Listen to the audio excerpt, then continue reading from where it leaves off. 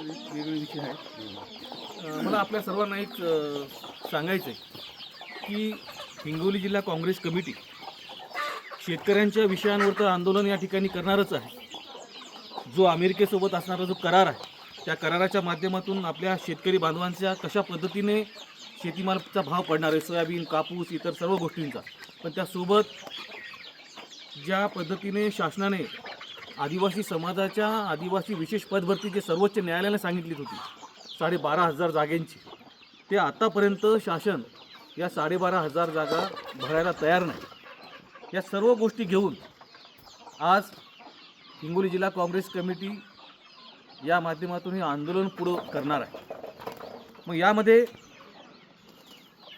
आदिवासी समाजाच्या या ठिकाणी आदिवासी विशेष पदभरती आहे, तसेच रोजगार हमी.